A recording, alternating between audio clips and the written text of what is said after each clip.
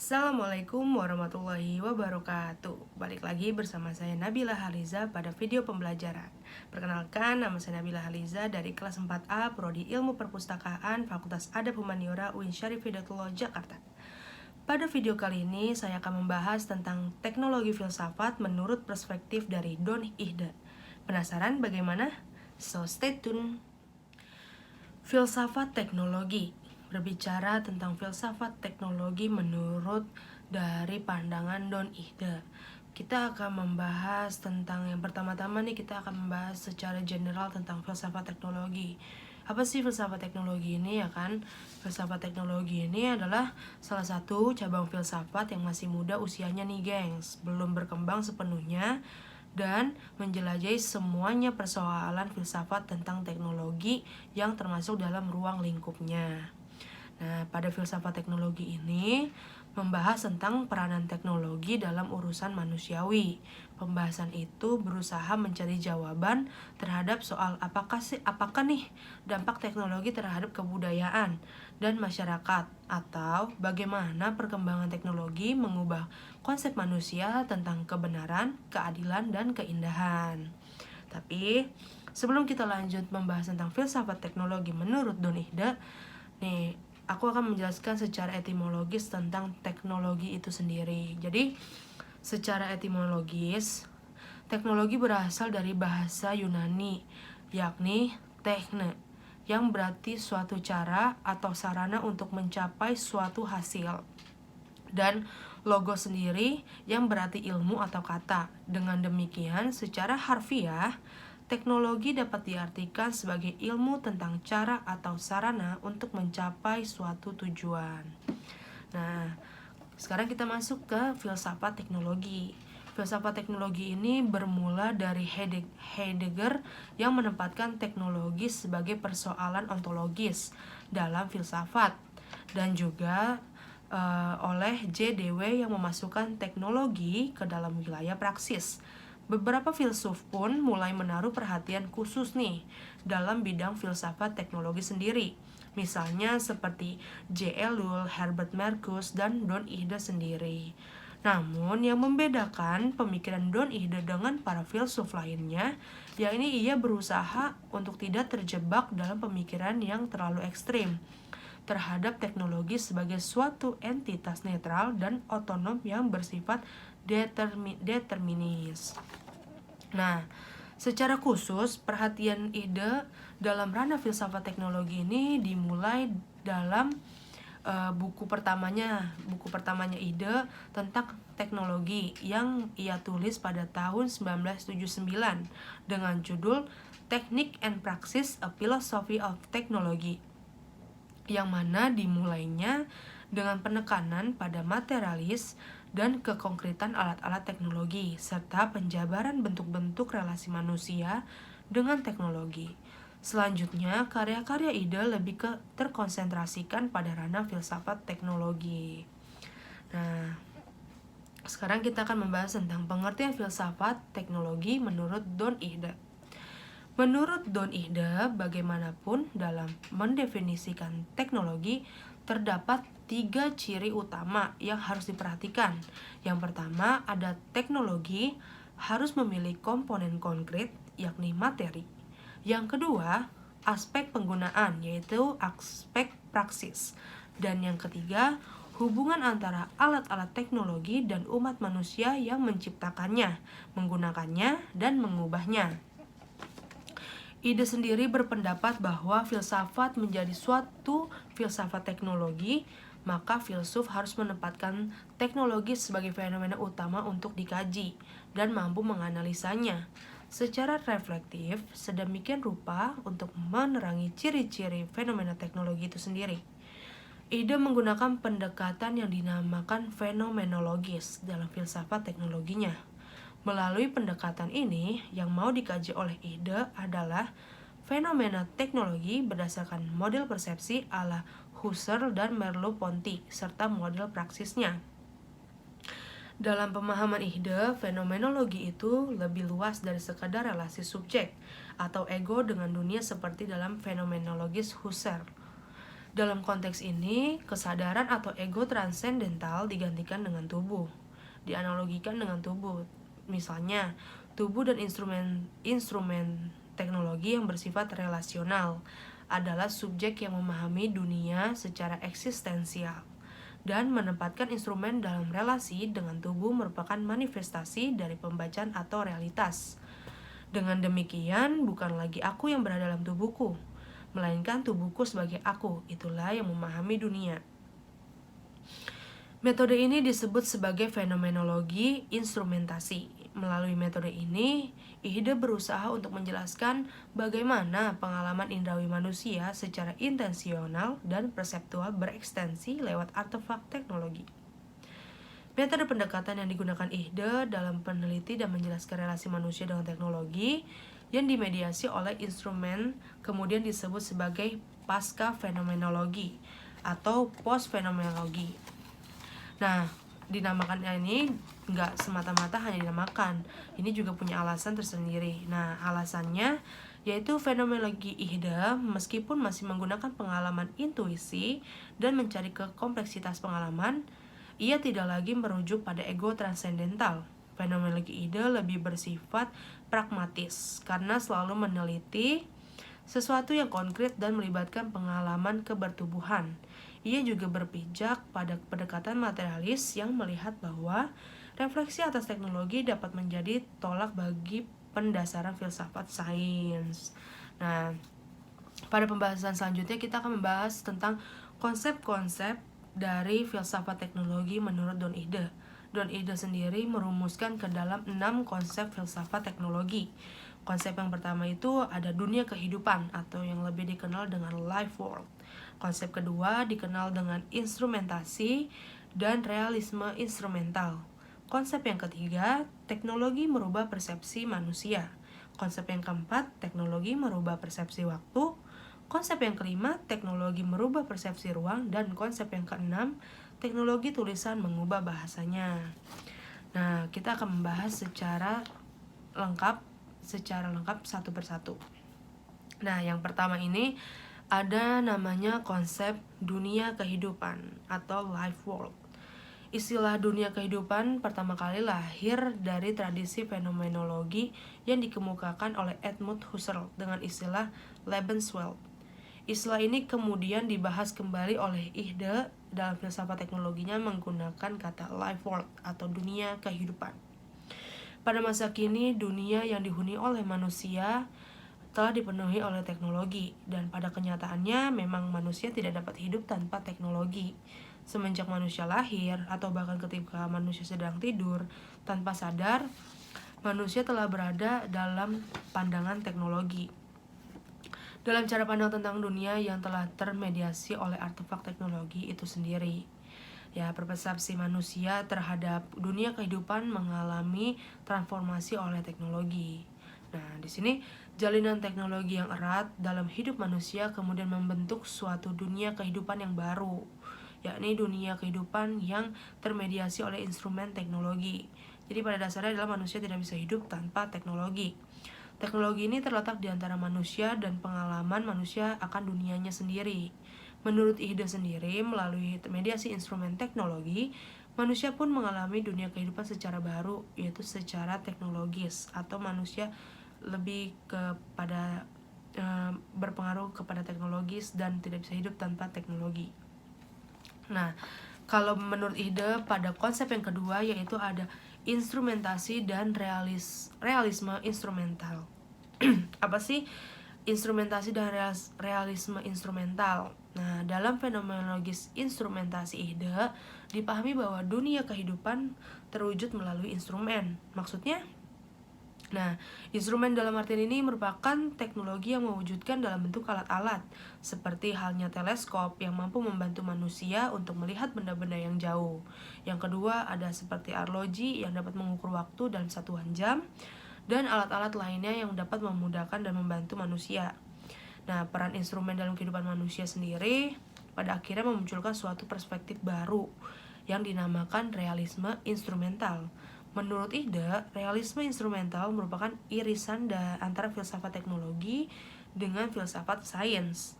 Alat-alat teknologi atau instrumental mendekatkan dunia kehidupan dengan dunia sains. Dalam filsafat teknologi, ide memfungsikan instrumen dilihat secara lebih positif, yakni instrumental menyampaikan ciri-ciri entitas, menunjukkan kemampuan instrumen, peningkatan persepsi, dan membuat apa yang sebelumnya teoritis teramati. Apa yang sebelumnya teoritis menyempit berkat apa yang secara instrumental dapat diobservasi, dan observasi ini menjadi wilayah perseptual baru, yakni dunia yang dihadirkan secara teknologis, dan teknologi itu sendiri adalah nyata. Instrumen dan dunia yang direpresentasikan adalah kenyataan itu sendiri. Pengalaman yang didapat manusia melalui instrumen teknologi menegaskan bahwa kenyataan benar-benar dirasakan keberadaannya. Nah, itulah tentang instrumentasi dan realisme instrumental. Yang konsep ketiga itu ada teknologi mengubah persepsi manusia.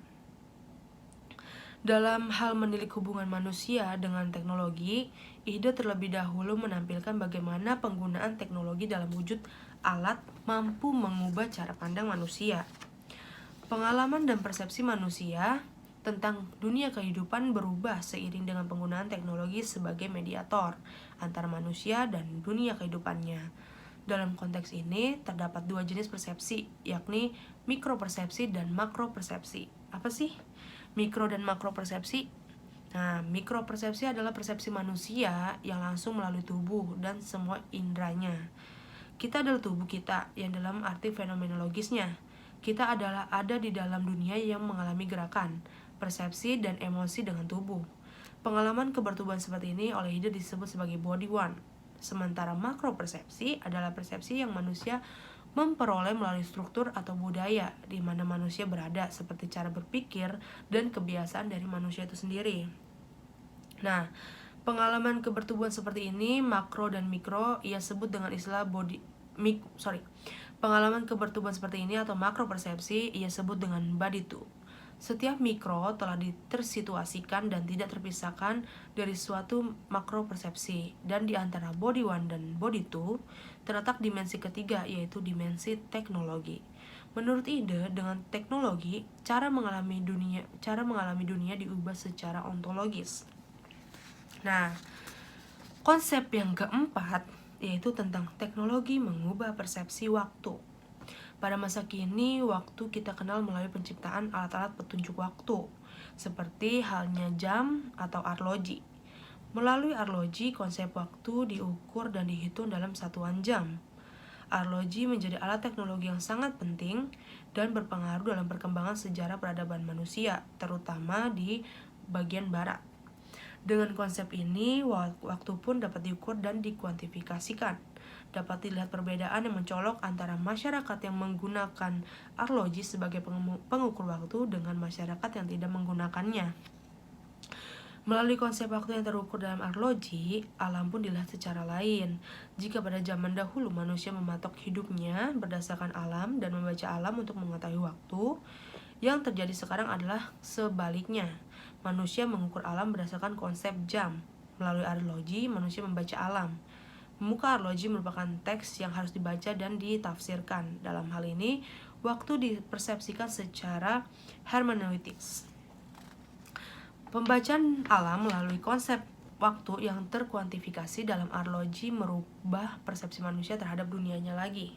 Hal ini kemudian memunculkan suatu pandangan mekanistik tentang dunia. Bumi merupakan arloji tempat manusia hidup. Alam merupakan satuan waktu yang mana pergerakannya berjalan sesuai cara kerja arloji. Menyimak fenomena ini, ide berpendapat bahwa pada masa sekarang bukan hanya alam, melainkan diri manusia sendiri pun dibagi melalui alat-alat teknologis.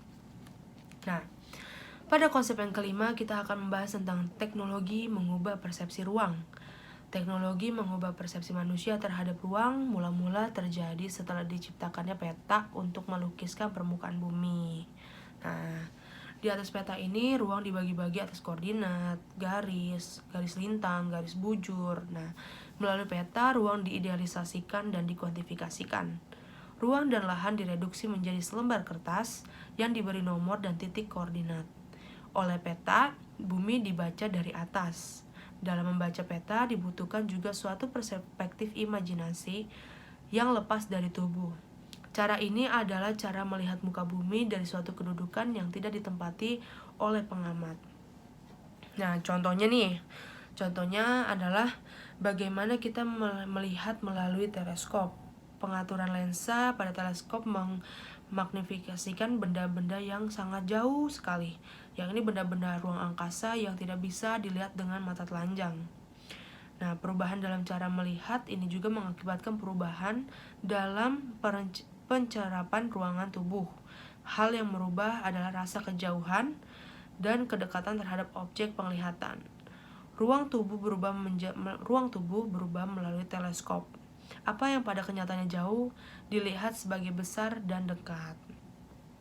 Cara mempersepsikan ruang seperti ini juga mengakibatkan terjadinya reduksi terhadap apa yang ada di sekitar. Dengan teleskop, pandangan kita menjadi terfokuskan dan terkesan mengabaikan atau bahkan menghilangkan pemandangan lain di sekitarnya. Dan indera yang menjadi fokus adalah indera penglihatannya aja. Hal ini sangat berbeda dengan cara melihat tanpa bantuan teknologi teleskop. Manusia melihat menggunakan seluruh tubuhnya dalam kesatuan dengan indera-indera. Nah, konsep yang keenam yaitu adalah teknologi tulisan mengubah bahasa. Sebagaimana perubahan persepsi waktu dan ruang, teknologi juga merubah persepsi manusia terhadap bahasa. Secara gamblang kita dapat melihat bahwa bahasa lisan dan bahasa tulisan memiliki perbedaan yang sangat mencolok. Tulisan dapat dilihat sebagai sesuatu yang mentransformasikan bahasa dan pengalaman manusia. Persepsi dan pemahaman kita tentang bahasa pun ikut ditransformasikan oleh tulisan. Kita dapat mengatakan bahwa tulisan merupakan teknologi dari bahasa, karena penulisan suatu bahasa bagaimanapun selalu menggunakan alat-alat yang adalah teknologi sederhana. Dalam setiap kebudayaan selalu terdapat bahasa tulisan yang berbeda-beda. Ada yang menggunakan sistem huruf, tetapi ada juga yang menggunakan sistem gambar. Tulisan merupakan contoh yang paling baik dalam menggambarkan ketenamaan teknologi dalam budaya. Dalam budaya-budaya menggunakan bahasa tulisan, pengetahuan dan kata-kata diakumulasikan sebagai bentuk tertulis. Tulisan memampukan orang untuk menyimpan pengalaman-pengalaman pada waktu lampau dan menghadirkannya pada masa sekarang. Namun, tulisan sendiri juga memiskinkan bahasa kita nih, dengan mereduksikan bahasa lisan yang selalu ditampilkan dengan bahasa tubuh yang mencakup ekspresi dan intonasi suara. Nah, bahasa tulisan berkesan lebih kaku ketimbangan bahasa lisan. Persepsi manusia tentang bahasa semakin berubah dengan terciptanya alat-alat teknologi seperti komputer dan meradikalkan tulisan ke dalam bentuk elektronik. Nah, itu tadi adalah 6 konsep dari pandangan Ihde terhadap filsafat teknologi, mulai dari dunia kehidupan, terus ada instrumentasi dan realis instrumental, terus kemudian ada teknologi mengubah persepsi manusia, terus kemudian ada teknologi merubah persepsi ruang, waktu, dan bahkan pun filsafat teknologi dapat merubah bahasa menjadi tulisan, atau teknologi tulisan mengubah bahasa. Nah, Don Ihde melihat bahwa teknologi bukanlah bagian yang terpisahkan dari manusia, tetapi menjadi satu kesatuan dalam hidup manusia. Teknologi bukan sekadar mewujudkan fenomena otomatisasi teknologis, seperti memberikan eksistensi, magnifikasi bagi baik organ tubuh atau aktivitas terhadap manusia, tetapi mewujudkan relasi yang eksistensial terhadap manusia dan menjalani dunia kehidupannya.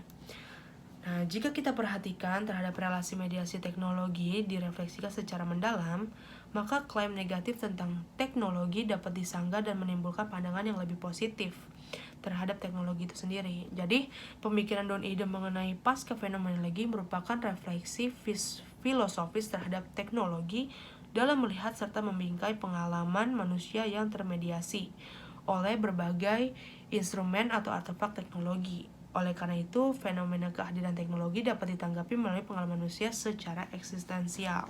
Nah, begitulah cara pandang dari filsafat teknologi menurut dari Don Ihde sendiri. Perlu digarisbawahi, Don Ihde memiliki pandangannya sendiri terhadap teknologi, filsafat teknologi khususnya. Dan ia udah dinotis dari awal bahwa dia tidak akan yang ekstrim-ekstrim, dan dia berbeda dengan filsuf lainnya gitu. Nah, demikianlah pembahasan tentang filsafat teknologi menurut Don Ihde. Nah, itu tadi kita udah bahas mulai dari pengertian secara umum filsafat teknologi sendiri, terus juga membahas tentang kata teknologi, kata dasar teknologi, terus pandangan Don Ihde terhadap filsafat teknologi, hingga kita membahas konsep-konsep tentang filsafat teknologi menurut Don Ihde. Nah, untuk itu kurang lebihnya mohon dimaafkan. Saya Nabila Haliza. Terima kasih. Wassalamualaikum warahmatullahi wabarakatuh.